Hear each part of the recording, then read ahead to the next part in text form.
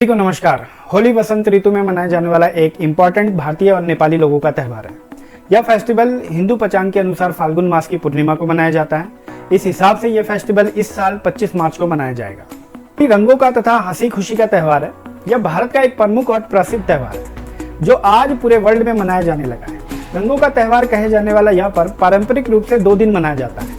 यह मेनली भारत और नेपाल में मनाया जाता है। यह त्यौहार कई दूसरे देश जिसमें अल्पसंख्यक हिंदू लोग रहते हैं वहाँ भी धूमधाम के साथ मनाया जाता है।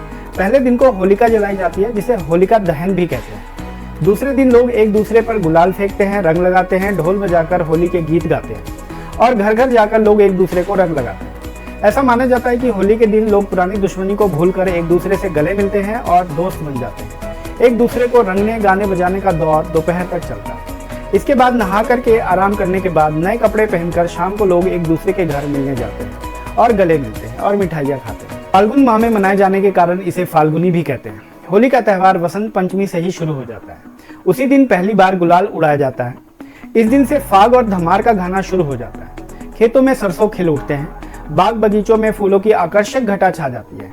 पेड़ पौधे, पशु पक्षी और मनुष्य सब खुशी से झूम उठते हैं। खेतों में गेहूं की बालियां इखलाने लगती है। बच्चे बूढ़े सभी व्यक्ति सब कुछ भूलकर ढोलक झांझ मंजीरे की धुन के साथ नृत्य संगीत व रंगों में डूब जाते हैं। चारों तरफ रंगों की फुहार फूट पड़ती है।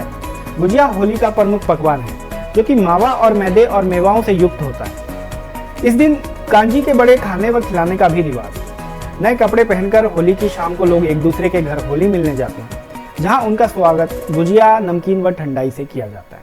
होली के पर्व का पौराणिक महत्व प्रहलाद, होलिका और हिरण्यकश्यप की कथा है। बता दें कि हिरण्यकश्यप राक्षसों का राजा था और प्रहलाद उसका पुत्र व होलिका उसकी बहन।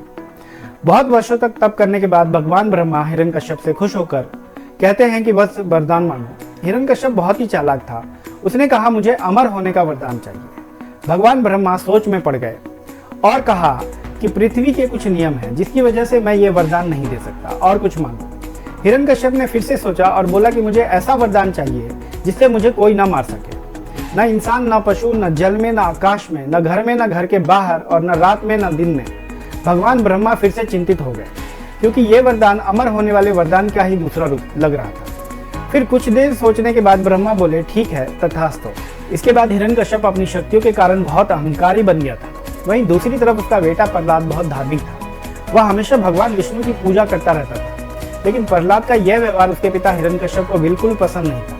ऐसे में उसने प्रहलाद को दंड देना शुरू कर दिया। उसने प्रहलाद को जेल में डालने का और उस पर यातनाएं देने का आदेश दे दिया।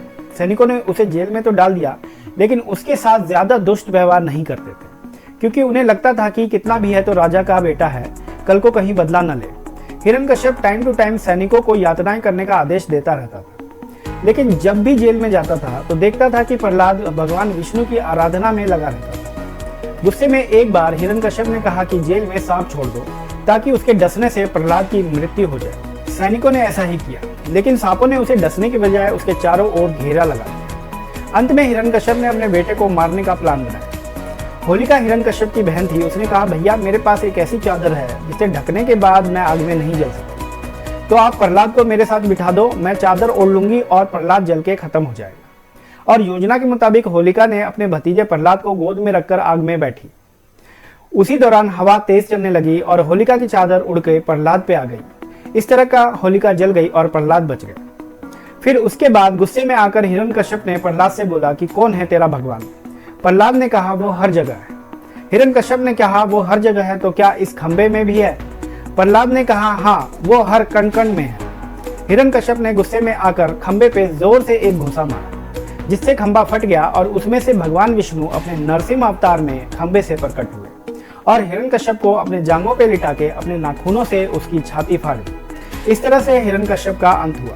इससे लोगों का यह विश्वास हुआ कि परमात्मा हमेशा अपने प्रियजनों और सच्चे भक्तों को बुरी शक्तियों से बचा लेते हैं। इसी के बाद से ही होलिका दहन और होली को बुराई पर अच्छाई की जीत के प्रतीक के रूप में मनाया जाने लगा।